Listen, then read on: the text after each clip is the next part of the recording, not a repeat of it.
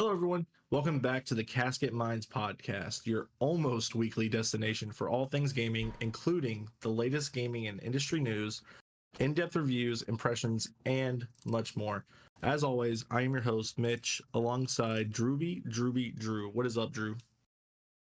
Well, uh, you know, right before we were podcasting or started recording this podcast, we were playing some Fortnite. I'm pretty upset that we didn't end with the victory royale, honestly. Yeah, same. Man, we are back on the Fortnite grind. This Oh no yeah. build thing, dude, it's got me back in. You know what I mean? I can't stop playing it. Yes, sir. We were playing with the no other than the Walker Texas Ranger, Jimmy The one and Jimmy only. Jam, the one and only. Is he real? Is he not? We don't know. We'll never know. But we were playing with him. The audience just doesn't know that. You know what I mean? For sure. Again, thank you guys so much for all your support so far. I apologize sincerely for not bringing a episode to you last week. We were originally planning on doing the FTC versus Xbox topic.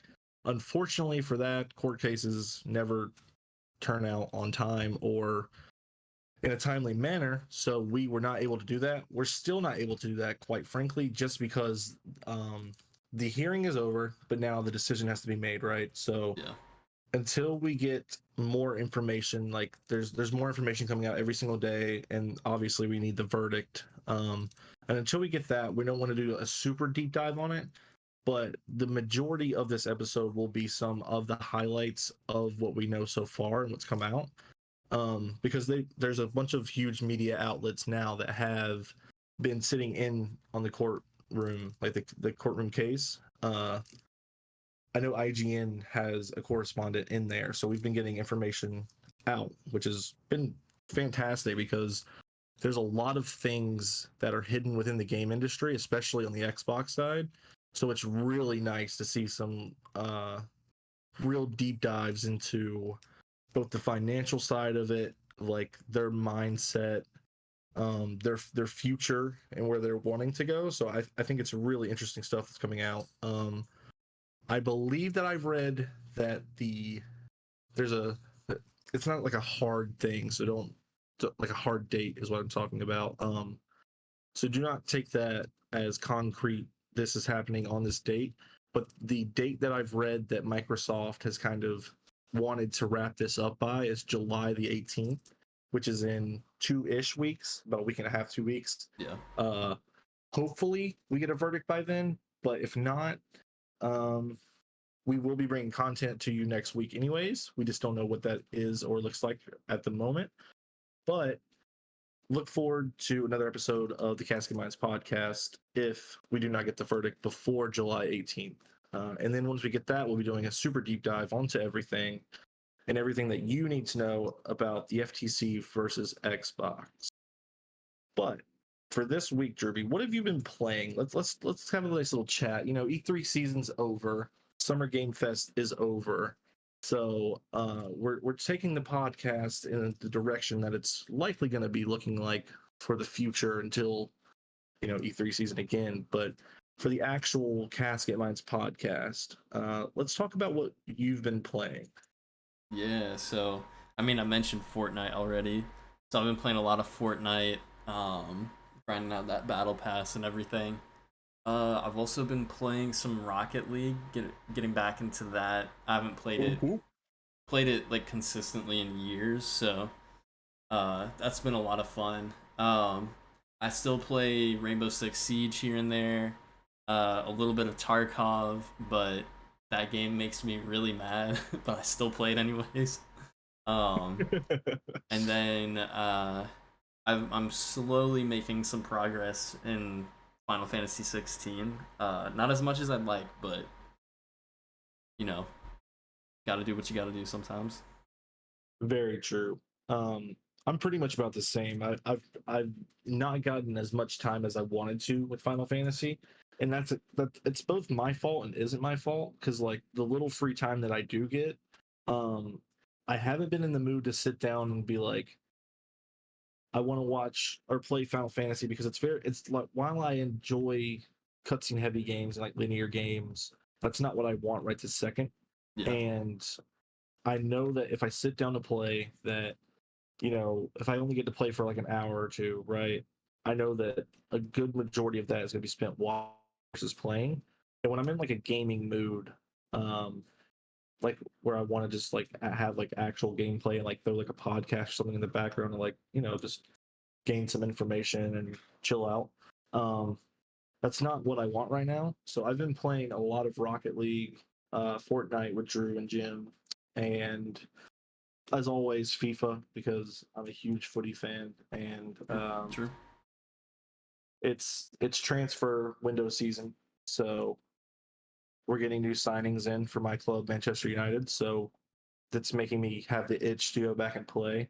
Same thing with NHL. I picked up NHL 23 again as well.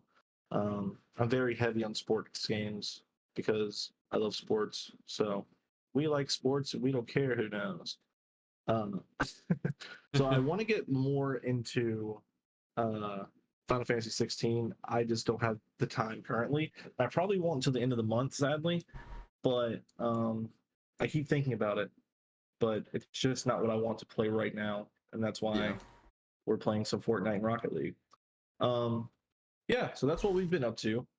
Drop below in the comments what you guys have been playing. Is there something that we need to be playing multiplayer wise? Because Drew and I are looking for more multiplayer games to play together.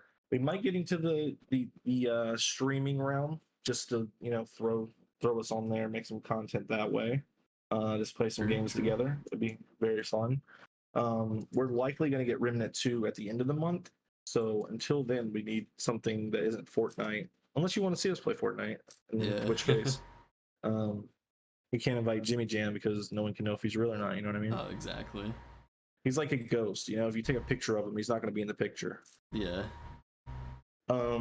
Yeah, but transitioning from there, this is going to be a very news-centric episode, y'all. So buckle in with us. And what we're going to do first is we're going to hit the highlights of the Xbox versus the FTC so far. What has come out in the 4 days, I believe there were, of hearings. We're going to hit what we think you guys should know about and then talk about them ad nauseum whenever we see fit. So let's dive right in. The first little tidbit that we're going to get into is that Xbox has submitted that they're third and have lost the console wars. Now, this is coming from them saying this. And when this came out, I kind of got a little chuckle because I'm like, they're doing this so that they can acquire Blizzard, Activision, Activision Blizzard, whatever. Yeah. But I mean, they're not wrong. It's just super funny to hear that because it's not something that like PlayStation or Nintendo or even Xbox will acknowledge. But the fact that it's brought up in a court case is hilarious to me. Seriously. And so when that came out, for some reason my Twitter feed is nothing but like massively savage Xbox fans, and I don't know why it is. It's because that algorithm likes to show things that you hate. Dude, let me tell you something. I'm not going to go on a huge tangent about Twitter since Elon bought it, but my Twitter feed has gone to absolute hell since that man has acquired Twitter. Seriously. Thread sweep. Go download it. Yes, Threads sweep. Actually, we should probably throw up a page for that now that we can do that. Yeah, for sure. Because it just dropped, a day or two ago now? So we need to get on that. But regardless, my Twitter feed was very interesting that day because it feels like the console wars are getting heated up again. It feels like, where we were a decade ago when Xbox was on top, and it kind of made sense for them to be super rowdy and obnoxious. But at this point, there's absolutely no reason for them to be. So I don't really understand that. But yeah, what did you think when you saw that comment? Yeah, I agree. Like, I thought it was hilarious. It's just wild that this is something that was heard in a court case. It wasn't like some Twitter post or something like that. Like, this is a real thing. A judge was sitting there listening about console wars. Like, I don't know. I just think that's absolutely wild. Because that, like, it's like a fever dream, dude. Like, you wouldn't think in a million years that something like that would happen, but no, it's real. And I mean, like, I will say, like, they're not wrong, like, at all with their statement. They are like third in this, Like the hardware sales platforms yeah, business. exactly. So I mean, they're not wrong in that statement. But like the way that it was brought up is just great. I love it. um, so for all you Xbox stands out there, you're gonna have to do a lot of defending now that it's official. They're third. All right. So Sony ponies light up Xbox.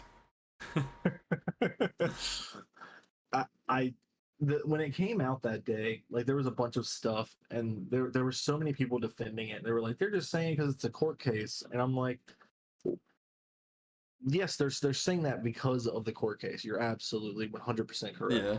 But it's also like there's no defending it because we know that Nintendo they released their hardware sales as well as PlayStation. Yeah. So I mean, it's not a secret. Xbox usually doesn't disclose their hardware sales, but the caveat to that is that Xbox isn't necessarily only in the Xbox business. Like they're going to the cloud. They put their games day one on PC on Yeah. a streaming service essentially. Um, so they're not necessarily trying to sell you the box, even though it'd be lying to say that they weren't trying to sell you the box. I mean, Xbox Game Pass is coming to Samsung TVs. Like eventually, it'll be an app on your TV, just like Netflix is, like Hulu is, like Yeah. Max is.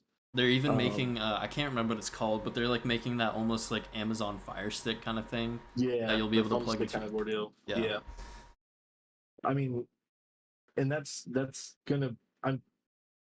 I was almost gonna say that's the future, but it's almost here. Like Yeah. Samsung already has this stuff, and like streaming is here. And that's another huge thing that was in this court case, and we'll get to that when we do the deep dive on it because I feel like that's like a niche part of the court case, but that is one of the things that the FTC is trying to argue against that since they like stepped up early into the streaming game, that they have the advantage on Sony now, Yeah. and um, that's just not true necessarily. The FTC doesn't look very good in this court case because they're Seriously. asking a lot of like layman terms for gaming things, and it's just super funny. But we'll get into that and much more later down the road. So we're going to transition to the second point, which is Bethesda didn't understand why Starfield is exclusive, but Call of Duty won't be. Um, what are your thoughts on this? Do you think Call of Duty should be an exclusive? No. Call of Duty like okay, so there's multiple reasons why I don't think it should be exclusive. For one, why would Activision want to do that? Why would Microsoft want to do that when it is the biggest moneymaker in the gaming industry?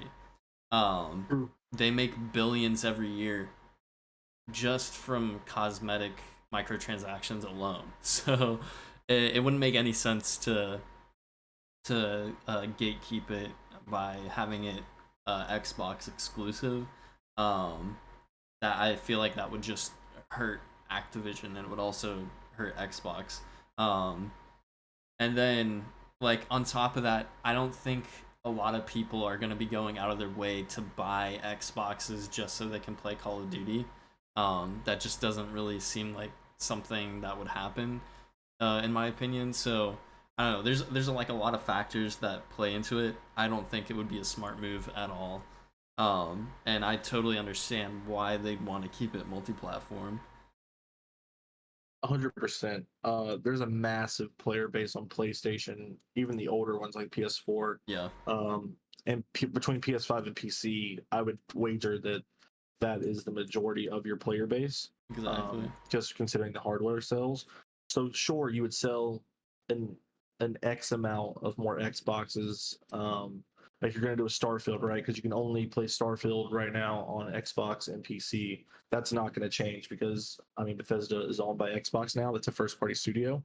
And I would honestly wager that most of Bethesda would was probably upset when they heard the news that it was going to be an exclusive to Xbox, only because you're limiting your player base and you're limiting it to the smallest amount of people in the gaming sphere. Like, sure, you're gonna move what's the word I'm looking for? Like units, I guess. Yeah. But at the same time, there. This is another point that I was going to bring up. That since we're talking about it now, I'll bring it up now.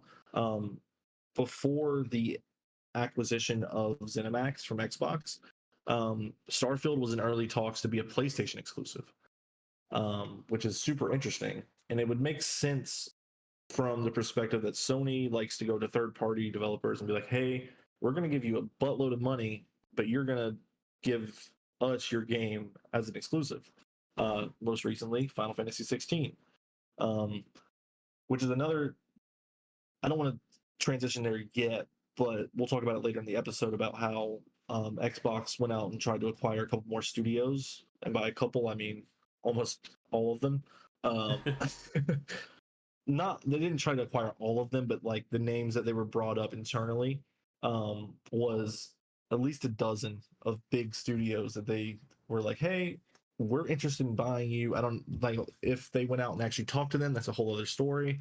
But we do know now because of all the leaks from the court case, all the insiders in gaming, that there were concrete talks. And like for instance, I believe it was Imran Khan. If I get that wrong, I apologize.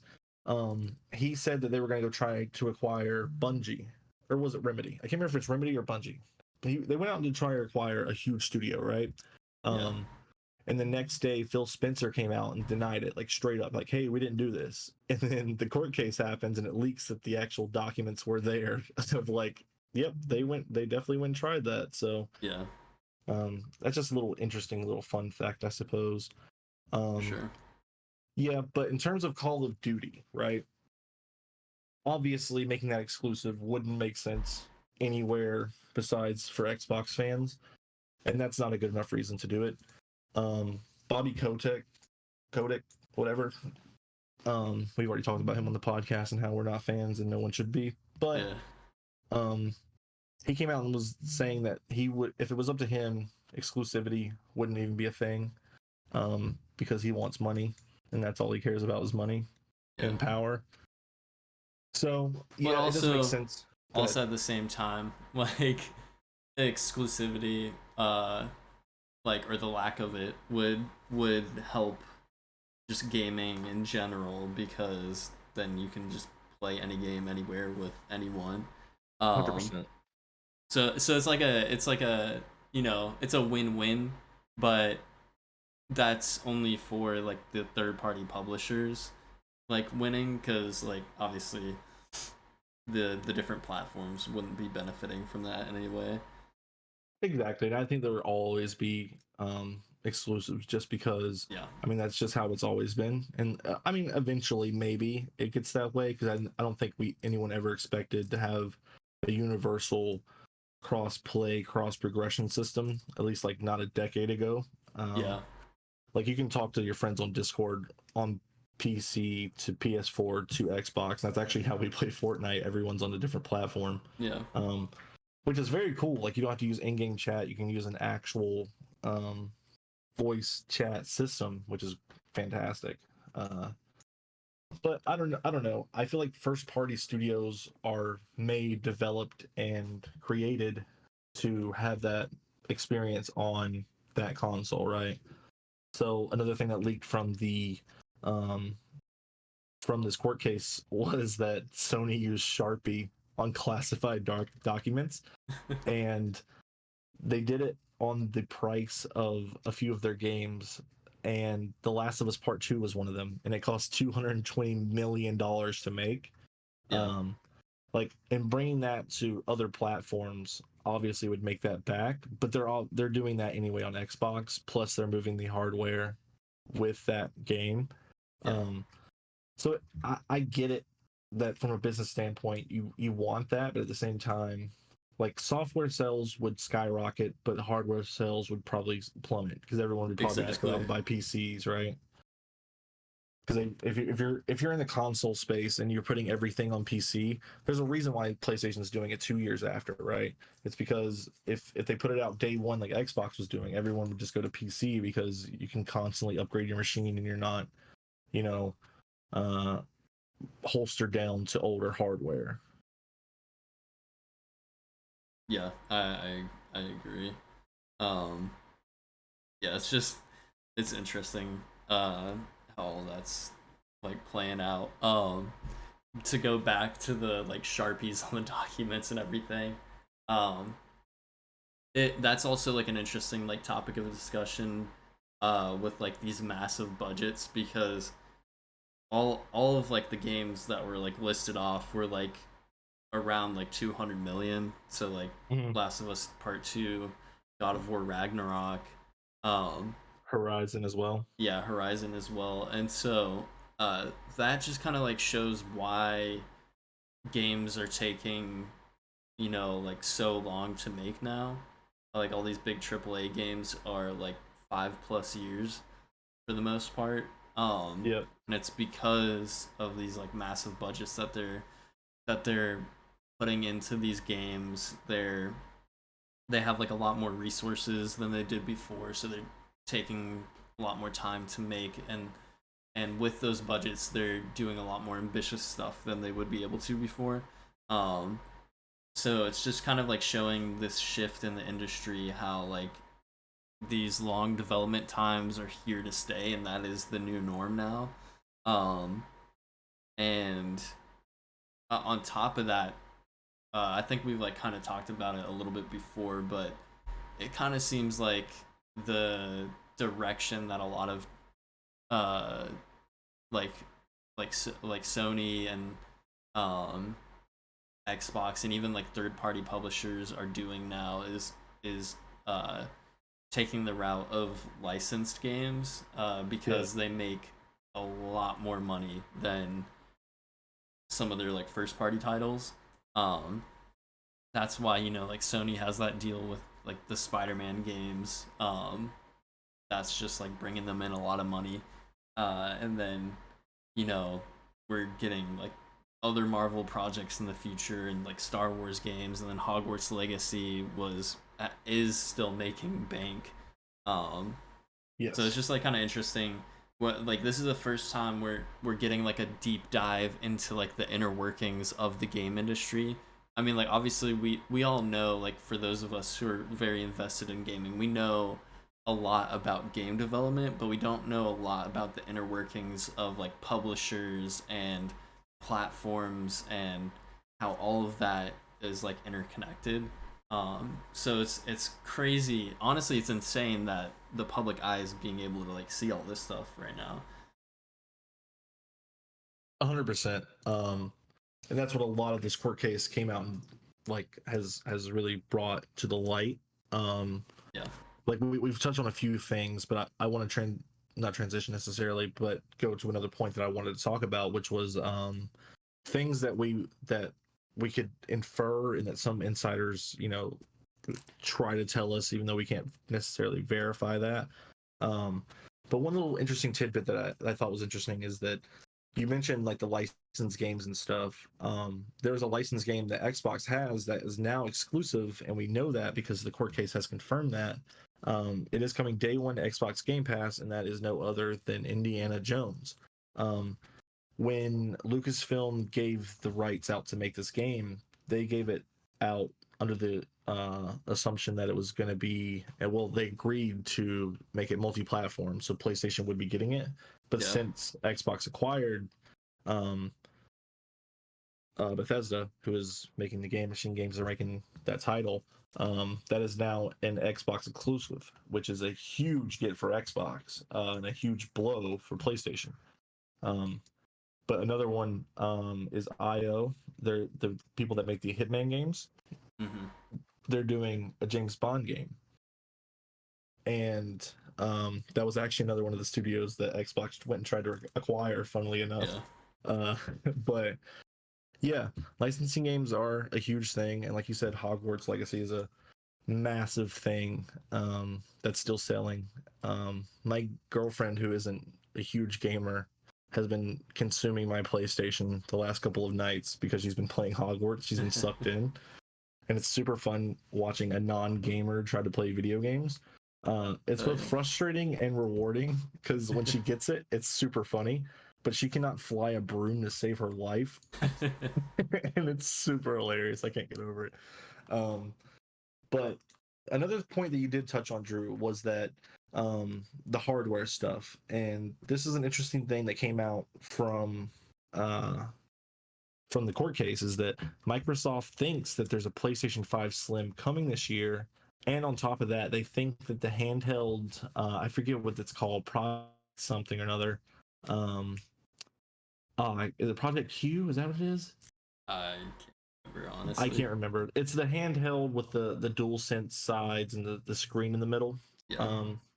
If you watch the PlayStation showcase, you know it, or you might have seen the pictures by now. They think that that's going to be under $300, which is a thing that they've been talking about in order to acquire Activision Blizzard, because they're in the they're trying to get into like the mobile cloud streaming sphere, and they're like, hey, our competitors are doing this, and they're about to launch both new hardware. It's not new hardware, it's just a slim version of the PlayStation 5, of course. PlayStation is notoriously known for doing this throughout every generation, really. Actually, every single generation has had a slim, I think. Maybe except for, no, PlayStation 1 had one too. It wasn't a slim necessarily, it's just a smaller version. Yeah. So yeah, that's, go ahead. So with this like potential PlayStation 5 Slim, I'm like really interested, for one, if they're gonna like stick with the faceplates kind of like setup that they have for the PS5. But also I'm really curious how they're gonna how they're making it, because recently a lot of people have had like overheating issues with the PS5.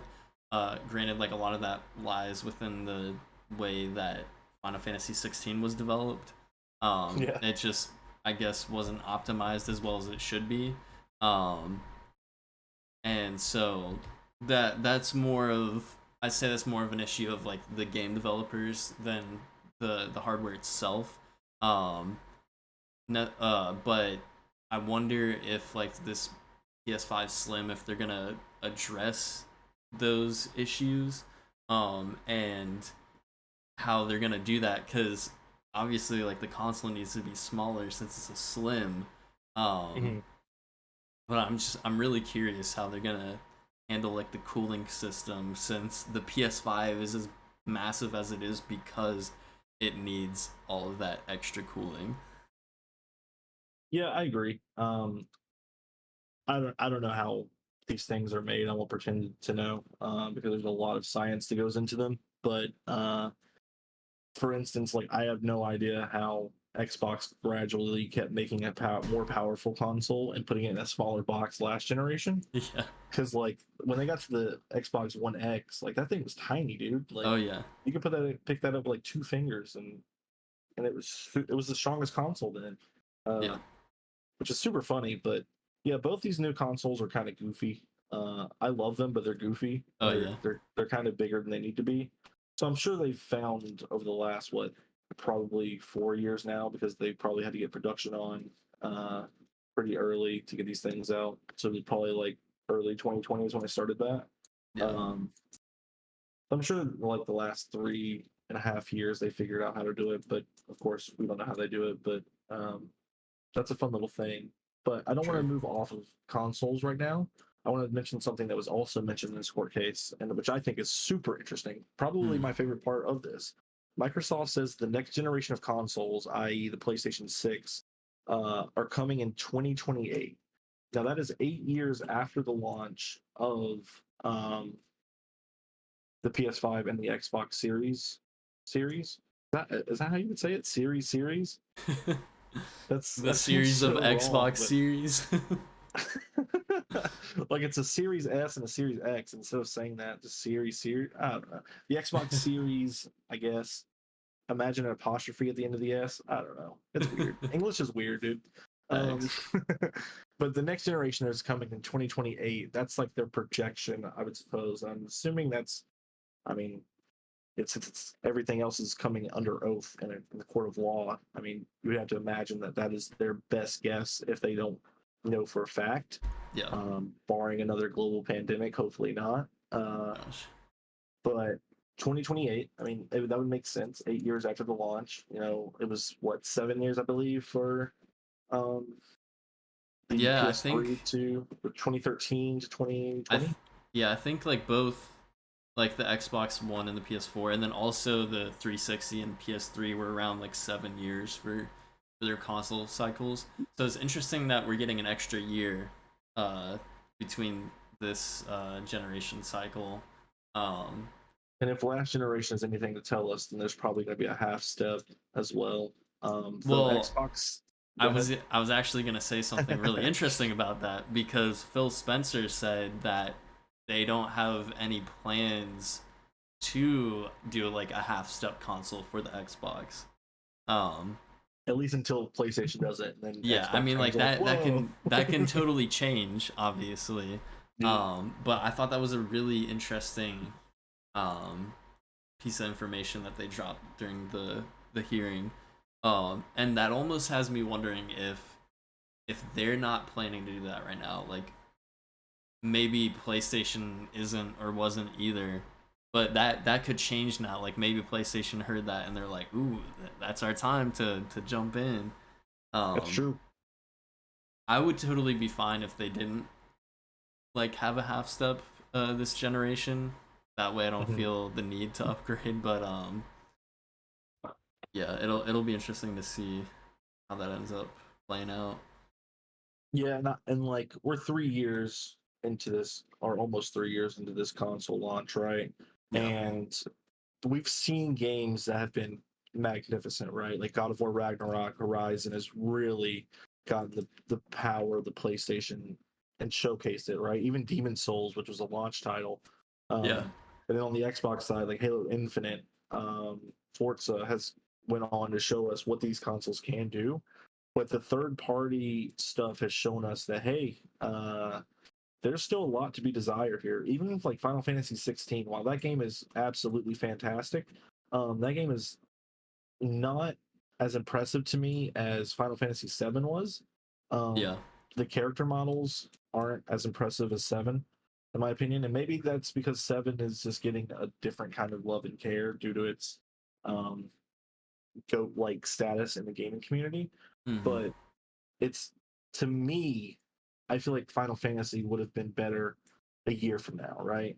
yeah. Um, I agree. and that's just like my 1/3 of the way through thoughts. We will be doing an official review eventually, but until then, that's what you're getting from me. Uh, Yeah, but like, not even just like pick on Final Fantasy 16 because I do think that's an incredible game, but it's not perfect and it's not. To me, it doesn't feel super next gen, yeah, but at the same time, it does. It's like you can see the scope and the scale of it. There's nothing that's come close to that game in a long time, if ever. And like the big like yeah. cutscenes and stuff, I and was gonna like say like the like epic like massive moments that they have like that it's is so next incredible. gen, like that is Yeah, hundred really cool percent. stuff. um but I'd say The like everything environments also. else, yeah, the environments, but like everything else doesn't like match up with that stuff, which is really interesting. um but yeah, like it's not something that like is super bothersome to me. No, um but it's just something that's noticeable, I guess. 100%. And like we said, that like that's not a negative thing. That's just criticism, and there can be healthy criticism and discussion without being, shitting on something. So that's Yeah. kind of what we try to do here. But some things we can't. But that's not the case for Final Fantasy 16. Um, yeah, and so there's a few more points I want to hit real quick for the Xbox thing. Transitioning back to it, um, I'm trying to find the list of the studios that Xbox tried to acquire. Because that thing was mad, right? Yeah. Um, so here's just a few of them, and um, like Sega was a huge one, right? Hmm. Um, imagine if Sonic was on the Xbox. Like Dude, I'm talking about just like as an I don't want to exclusive. imagine that. I mean, they have Banjo, they have they'll have Crash if this goes through. Like they could do a lot of stuff with this. Yeah, for sure. But Xbox, not just Xbox. There needs to be more platformers in general. Um, dude, Xbox needs to tell Activision to make another Spyro. Because it's a long overdue. And I thought for sure that we were getting one after like the huge success of the Reignited trilogy, and then Right? they were like, "Nah, I'm gonna head out." Yeah, Which they're I think part cowards. of We hate them. yeah, I think part of that was because whenever Warzone came out, I remember they took the studio that was the developers of the Reignited trilogy and they threw them onto to Call of Duty, and they like did that with like a lot of Activision studios, um, Mhm. which that's a whole different topic for another discussion, but that is something that I hope Xbox works on with Activision, and like it would be really cool if they stopped doing yearly Call of Duty releases and like had a gap in between them. Make them like events again, like how we want Star Wars to be. Make the movies events and make Call of Duty an event. Yes, exactly. That way they're giving their developers more time to make something even better. And then also you don't feel this rush to just play through all the content before the next one comes out. Um, Yep. like I mean, this year we weren't supposed to get another Call of Duty. It wasn't originally planned. They were gonna make an expansion to Modern Warfare 2, but then that expanded into a fully fledged game, which is currently rumored to be Modern Warfare 3. Um, or I mean, it's basically been leaked already. Yeah. But like, I was like so looking forward to having a gap in between Call of Duty releases, but it's not happening anymore. And that's a huge thing that's going on in the gaming industry that I kind of want to put a pause to as well, because it's not always panning out the way that both the fans want and the developers want. Yeah, Uh, Most namely, since we started this podcast, factions from Naughty Dog, which is the Last of Us multiplayer project, was originally supposed to be attacked on, not tacked on, but it was a mode coming to The Last of Us Part Two, and then before like a couple months before the launch, like in 2019, they said, "Hey, this has gotten out of hand. Like it's a bigger, grander scope than we anticipated. It's no longer like a tacked on mode. It is a full fledged game, and now that game may never see the light of day." yeah, Another thing is that like Miles Morales is a fantastic thing, um, but I feel like Miles also deserves a fully like fledged like double the experience as like Spider-Man is.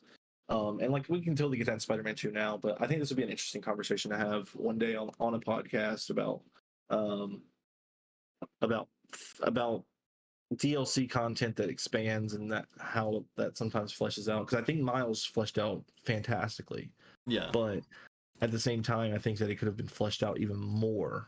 But then there's also deadlines and whatnot, and yeah, that's a whole other bag of worms.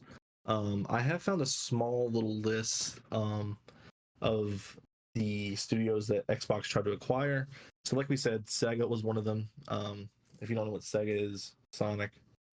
There's more stuff, obviously, but Sonic's your big guy. Um, like we said, they tried to go get the Hitman developers and IO Interactive, the Pokemon Go creators and Niantic, which that would have been interesting. Um, yeah. the mobile gaming juggernaut Zynga. I don't know how to pronounce that. Zynga. I don't know. Fake game developer, their mobile games. No, I'm just kidding. True. They got bought by Take Two, and then the two of the bigger ones, I would say, is they tried to buy Supergiant Games, which is like Hades, Transistor. Um, oh crap, I'm blanking on that one that I liked a lot. Shoot, whatever. Hades. That would have been a big get for Microsoft if they got Hades 2 as an exclusive. That would have been awesome. But this little list, or the top of the list rather, I don't know what I'm saying. um Microsoft went out a few years ago and tried to buy Bungie, which is both funny in hindsight in two ways. So Bungie, if you're into gaming, you likely know what Bungie's done, but if you don't know, Bungie's pedigree is Halo and Destiny. Um which is funny because Halo obviously is the marquee title for Xbox. Yeah. And it's funny that They Xbox couldn't go out and get them. Microsoft used to own Bungie. Like they were a Microsoft studio. So it's like Exactly. it's very interesting. They went and tried to buy them again, and I guess it just didn't pan out. And then I think it was Yeah. last year, the year before, Bungie got bought by PlayStation.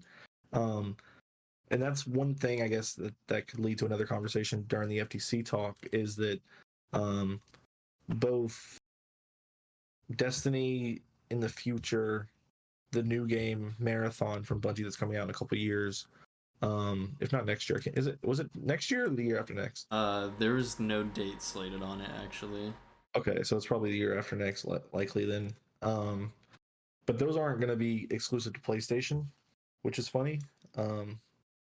But anywho, that's a little small little tangent of studios that Xbox tried to go out and get. And yeah, that's the huge highlights that we wanted to hit on this episode before we do like a super deep dive onto everything talked about. Do you have any final thoughts on these highlights, Drewby?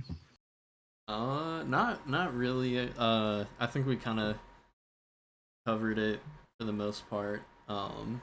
It's just like again, it's insane that we're like finding all of this stuff out. Agreed. It's been very fun the last couple weeks on Twitter, both from the console wars perspective to say, Yeah. and just like finding out legitimate information that we never thought would ever come out. But that's been extremely fun to no longer speculate on, to just actually know. So Yeah. so we're gonna go to the second big piece of news, because we consider the highlights for the Xbox FTC thing to be the first piece. So this is the second biggest piece, and it's kind of Xbox related, but only if the FTC approves it. Well, there's other stuff like the CMA for the UK has to approve it as well, but Yeah. again, we'll get into that later. Diablo IV Season 1 has been unveiled. Its pre-release date is July 18th. This is when the patch comes, the quality of life changes, and even the new legendaries and uniques added in the season will be able to start dropping in the Eternal Realm, which is your the character that you have now, right? So then when Season 1 drops, which is 2 days from then, July 20th, this is the real release date when the season of Malignant actually launches. Great movie, by the way. Malignant. Yes, fantastic movie. James Wan, you need to go watch it if you haven't. Very good campy horror, and one of the best twists in cinema the last few years. But here's what you can expect in Season 1 of Diablo 4. We could almost do a whole podcast on this, but we'll keep it kind of brief. You will create a new seasonal character that you can play the new storyline with, utilize the new seasonal mechanics, and make your way through the paid and free version of the battle pass. So there's going to be a new story element. There's a new character. His name is Corman, who requests our help with the new malignant plague spreading across the land, which infects monsters and supercharges them with gross blights and tentacles and stuff. You will start the new story immediately in Kiel Vashad. If you already beat the campaign, you have to beat the campaign to do this. So go beat the campaign to do the story content. Yeah. The seasonal mechanic this time is called Caged Hearts. They work like gems. If gems had a strong legendary power. So think like Diablo Immortal, but free. There's 3 colors of the hearts. They'll go into the 3 colors of the corrupted sockets on your armor. There's a battle pass. If you've played any multiplayer game within the last 5 years, you know what a battle pass is. Shout out Fortnite again. And real quick on that point, they showed some of the cosmetics that you can get, and they look sick. Oh, dude, they look so good. I cannot wait for Season 1 to drop. Yeah. If you don't know or haven't seen this, go look up the season armor cosmetic thing. I guess that's what you would call it, season cosmetics.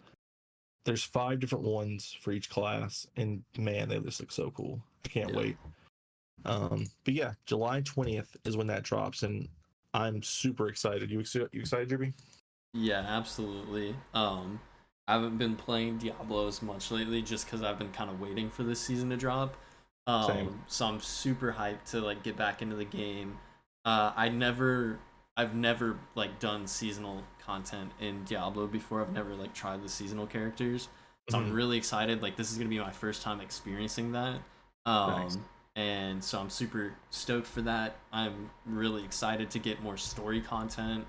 Um, and like see how the game evolves moving forward.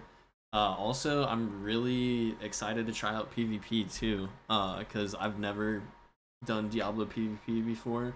Um, so yeah, like it's just gonna be like really fun making builds for my seasonal character that like actually matter. Instead of just like trying different things here and there, like like using. I don't want to say like necessarily using meta builds because I always try to like be a little bit different than the usual meta in games. Yeah. But like having builds that like are smart and make sense and finding loot that coincides with that. So yeah, I'm really hyped for that because that's the kind of like stuff that I love in games like Destiny is like having like really cool builds with awesome loot and then like showing that all off and all that Exactly. fun stuff. So That's the great part about looter shooters, and not even shooters, but just looting games. yeah. Is showing off the loot to your friends and whatnot. We won't go super deep into this just in case you're not into Diablo, but this is just a small little thing. So the season features again are new quest line, new power. There's a new boss battle. They added a new boss, and new gear. 6 new unique items and 7 new legendary aspects to earn along the season journey. And some of the free rewards, you can play the season, like the chapters, the season story for free. The blessings are free. You get a seasonal title that you can earn. And then clothing and weapon transmogs, those are part of the free battle pass, so you don't have to pay for those unless you want. It's not a pay to win scenario. It's just a cosmetics for Diablo, which is fantastic. If you don't want the cosmetics that are in the battle pass, don't get the battle pass. Everything else is free, and you don't have to worry about that. Um, and there's a mount skin that's coming. Maybe it's not a skin, maybe it's an actual mount. I can't really speak to that. There's trophies, emotes, platinum, and more also coming, and there's also an accelerated battle pass emote. If you get that, that's a little bit more money, but hey, if you're into Diablo heavy, you might as well do it, right? Yeah. I think I got like the $100 most expensive edition, so I probably got that because I wanted to play it a couple days early. So I probably got that emote. And then there's 20 tier skips as well if you do the accelerated battle pass. So it puts you at a little less grinding if that's your thing. If you don't want to grind as much, you can pay to win that way. But again, you're just winning cosmetics, so you're not really winning much. But yeah, so that's what we got on Diablo 4. Season 1 starts in under 2 weeks now. I think it's 2 weeks from Thursday, so yesterday. So we're under 2 weeks now. Exciting stuff. I can't wait to come back in. I don't know what I'm doing for my next character. I think it might be barbarian because that's usually my main. I went with sorcerer this time, as we talked about in the Diablo 4 review. If you haven't listened to that, please go check that out. Yeah. And I think I'm gonna go barb this time. I think I want to do like a tanky character. Spin to win, of course. But yeah, we'll see how it goes. I might change my mind from here to until season 1. We still have a little over under 2 weeks. Yeah, so let's jump back a little bit, Drewby. Let's use our grav hammers, hit the ground, jump back a little bit. All right, because we're Whoa, gonna talk whoa, about Bungie again. You ready for this? whoa! Xbox, Xbox in here, dude. Yeah, you know how I be. You know what I'm saying? Yeah. Biggest Fable fan you'll ever meet. You know what I'm saying? Oi, governor, want some crumpets and tea in it? Yeah, neat. I have a great British impression, if you haven't noticed. Super big footy fan over here. Oh Uh, yeah. all right, so this is tying back to the FTC thing, to the court case. It came out that Microsoft expects Bungie to release a new IP codenamed Matter in 2025, quote, ongoing support of Destiny 2 and development of new IP currently expected to release in 2025, end quote. Important distinction is that Marathon is not Matter. So this is a different IP. I don't think that we know too much about it except for the name and that it got trademarked a couple years ago, 2018, I believe. It is it's Bungie's next original IP, right? Because Marathon is an older IP that they did that they're revitalizing for a modern audience. So this is a new IP from Bungie expected in 2025. This is from IGN, who was sitting in on the FTC hearing. What are your thoughts on this, Drewby? I'm not gonna lie, I kind of like spaced out for a second.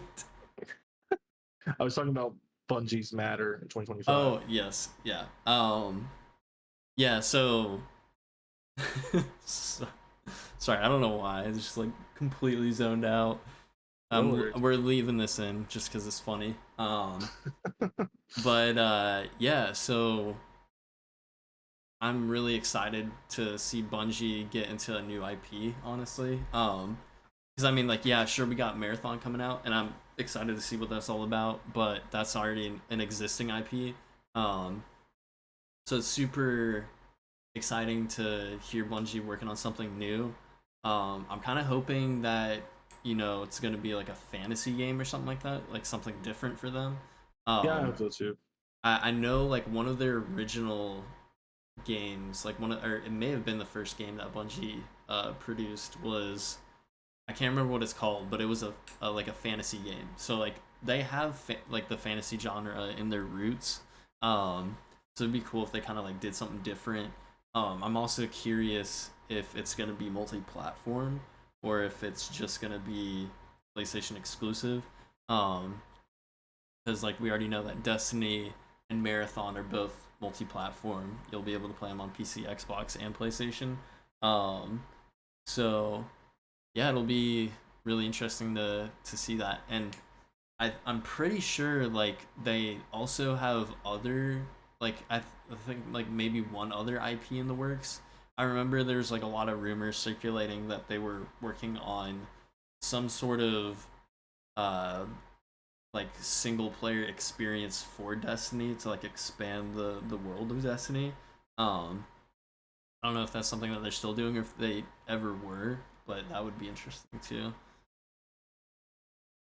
Yeah, I agree, and I am of the mind as well that I hope that if I don't see why PlayStation necessarily buys Bungie. I mean, of course, there's the financial aspect of it, but um, eventually you have to do something with Bungie that's for you, right? That benefits you besides just money and Yeah, benefits your brand. So Matter could be that. I mean, with it being an original IP, people can't complain that like a Destiny, like a Halo, like even Marathon. Um, it's a brand new original concept coming from Bungie, so they can't complain the same way that Starfield technically is a new IP for Bethesda. It was just an agreement that it was coming to PlayStation beforehand, but again, yeah, it's new. You can't really complain all that much. But yeah, that's exciting. New Bungie game, 2025. I'll take it. Which that for kind of sure. makes sense, right? Because if Marathon's on pace for 2024 even, I mean, they didn't date it, but at the same time we don't know for sure when that's coming. So if that comes out next year, 2025, for the next experience from Bungie, would be very cool. So I guess we're just gonna have to wait and see for that one. Agreed. But sticking with PlayStation Studios, the Fire Sprite Studios, which is the Concord developers, want to be a marquee Sony developer. This is from Shinobi 602 over on twitter.com. Firesprite Games has expanded into a new studio to deliver, quote, showcase PlayStation games, end quote, and become a creative powerhouse within the PlayStation Studios family. The team is currently over 250 people, sorry, not projects. That would be absurd. And in that comment section, so Firesprite is the one doing the Concord game, which is like the sci-fi game that was kind of showcased at the PlayStation Showcase a couple months back. It's just a game that we know exists that we know nothing With a about. name, yep, with a name and some CG trailers. But in the comments of this, one user commented a picture and said that it was a list compilated by Zubitech over on Twitter, who's a great PlayStation follow if you're into that ecosystem. This is from Fire Sprite itself. It says the current project is a AAA narrative adventure. The second project is a multiplayer new AAA IP action shooter. Third project is a AAA IP multiplayer action. And fourth project is a story-driven mobile adventure game IP. So this studio could be one of the next studios for PlayStation that really takes us by storm, with multiple things in the works. Obviously, a mobile game doesn't take a whole lot of developers and development teams to do. Obviously, it could, depending on what that game looks like. And for instance, Fire Sprite helped with a lot of major AAA games like Horizon. They also did the Horizon VR game that's just came out, Call the Wild, or Call the Mountain, Call the Mountain. And yeah, they're working on 3 AAA games. They're probably in various stages of development, with 1 or maybe 2 of them in pre-development. So we don't know if those will see the light of day anytime soon, if ever. But we know Concord's coming. That's probably the current project, that because this is probably an older posting before Concord was shown off. But yeah, it's pretty interesting. I think that Fire Sprite definitely could come out and wow us as the next big thing from PlayStation and just gaming in general. But of course, we're just gonna have to wait and see for that to be actual confirmed. You know what I mean? Yeah, I'm really hoping for that, because I definitely think there is some there's room for new IPs to get introduced, and I'd love to see like another game that is like the next big thing, especially if it's coming from PlayStation, because like we talked about it before, they don't really have any like multiplayer games right now, which is why they're doubling down on it. So much. And I would love for them to have at least one like smash hit. Agreed. And I think there's a good chance of that, especially with Bungie creating whatever they're creating over there with Marathon. And though that's not exclusive, that is a PlayStation kind of ordeal, and they can help the other PlayStation studios, which even now it's been confirmed by Jason Schreier from Bloomberg that one of the reasons that the Last of Us Factions multiplayer project, whatever, wasn't shown or unveiled or whatnot is because the Bungie came in and was like, "Hey, this isn't like viable. Like this isn't worth showing right now." And that might be a little bit more harsher than the actual what happened, but I mean that's essentially what happened, right? They had plans to show it this year. Bungie was acquired, and Bungie is, you know, a highly respected, one of the most decorated multiplayer developers in the world in the history of gaming, with Destiny and Halo, and even Marathon before. And they were like, "Hey, yeah, let's just pump the brakes for a little bit, put it on not ice, but you know, scale it back. Let's work on it." Yeah.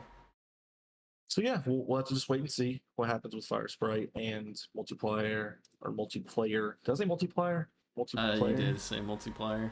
Multiplayer games, my favorite. My favorite games are multiplayer games. You know what I mean? I'm from down south in Texas with Texas Stimmy. Some 2-ply toilet paper. You know what I'm saying? I use that 4-ply. You know what I'm saying? We got fix around here. Yes, sir. All right, so we got 2 stories left. Not great news, but we're gonna wrap it up here soon. So let's hit this one. All right. So this comes from BioWare over on Twitter. After 12 years after launch, BioWare is handing the development of Star Wars: The Old Republic to Broadsword, who will continue to grow and evolve the game. Drewby, you're my Star Wars man. What do you think about this? Yeah. So, well, I have a few things to say. For one, I loved this game. I haven't played it in a few years, but I used to play this game all the time. And it's still going strong. I mean, it still has a player base. So I think this is a really great decision because this will allow the game to grow and expand. And also, I think this is even better for me being a Mass Effect fan and also a Dragon Age fan. Even though I'm not like a massive Dragon Age fan, I really like it, and I want to see the new game. Um, so I think this is great, not only for Old Republic fans, but also for BioWare fans, because this is going to allow BioWare to get the next Mass Effect and the next Dragon Age to us a lot quicker, Yep. because they've got more manpower on both of those games. Um, the only thing that sucks about this is that they did say that some of the positions will not transfer over to what's the studio that they're moving it over to? Is it Broadsword? Was that it? Yeah, broadsword. Okay, yeah. They said that some of the job positions will not be transferring over to that, so there are going to be some people losing their jobs, which sucks. Um, but I mean, I guess it was to be expected. They did say that they're going to do everything they can to help them in this transitional period. So hopefully, like I do hope those people find great jobs shortly after this transition happens. But yeah, I think this is a good move from them, because I want more Mass Effect and I want more Dragon Age ASAP. So, I have no idea what Sword is, so I just looked this up, and they make two MMOs already. Yeah. They're not obviously on the scale of Star Wars and the Old Republic, but Mm-hmm. that's the kind of their ordeal. They have only two, but I mean, I guess having two MMOs is a pretty big deal, I guess. Yeah. They have two of them called Ultima Online and then Dark Age at Camelot. And I don't know either one of those, but I mean, it's an experienced um, MMO developer, so I'm assuming Yeah. if anything, they can keep the ship steady for those fans, right? For sure. Yeah, so I mean, this is good um, for any Bioware fan because as much as people love Star Wars and the Old Republic, I think that they're not going to be too mad about getting the next Mass Effect and Dragon Age. Um, Yeah. and obviously, more people want those anyways, For sure. including us. So, and I mean, we're not super far away from Dragon Age, right? Yeah. You would assume probably next year for that, probably, and Yeah, then Mass I'd Effect honestly probably say we're after. not that far from Mass Effect either, because both have been in Exactly. development for a long while. So Dragon Age next year, Mass Effect the year after, maybe. Yep, that would be the timeline that I would assign to it as well. Yeah, Exciting stuff.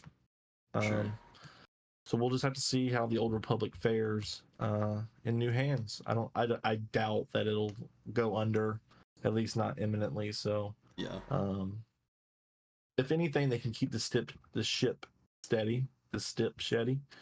Um, obviously, we've been talking a lot today and playing games because I'm tripping over my own words. And then we got one last news story, and it's very sad, but we wanted to touch on this in the podcast. Beyond Good and Evil 2's creative director passes away suddenly. Emil Morel, I think that's how you say his name, has been at Ubisoft since 2009. He passed away suddenly. He was 40 years old. Um, and this is from Ubisoft themselves. It says, "We would like to take a moment to acknowledge the significant impact he made over the years on different games that make up the rich history of our studio. Um, for us, Emil was a close friend and a boundless source of positive energy. We all valued his passion and the way that he told stories." Um, this is from Beyond Good and Evil 2 producer Greg Hermanson. I think it's how you say his name. You've been such a great and kind partner during all these years at Ubisoft. Be assured we will continue your work. This is just a little update about Beyond Good and Evil. It says Beyond Good and Evil 2 was originally announced in 2008 before being shown for the first time at E3 2017. Since then, Ubisoft has been quietly working on the game without providing any meaningful development updates. It's still in the works, but there's no word yet on when it will release. yeah, I just wanted to give that a little spotlight because obviously it's tragic, but hopefully the work that he has been putting in for over a decade now comes to light. And yeah. I I, really hope that the game gets finished and gets out there so we can see his work. Because like obviously like him and the other people working on the game have put like an endless amount of hours into working on it, so he deserves that kind of closure. Agreed. And may he rest in peace. Obviously, this is a huge passing in the gaming industry, and it's affecting a lot of people, of course, his family and friends, but the gaming industry at large. So we wanted to cover that here on the Casket Minds podcast. Terrible name for the podcast given the last story, but yeah, rest in peace, Emil. We hope to see your work one day, and can't wait to see what you were up to all this time, and can't wait for it to pay off for you and the guys. But that's going to do it for us on the Casket Minds podcast.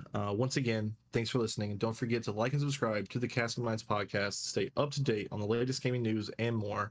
And we'll see you guys next week. I play Pokemon Go every day. I play Pokemon Go.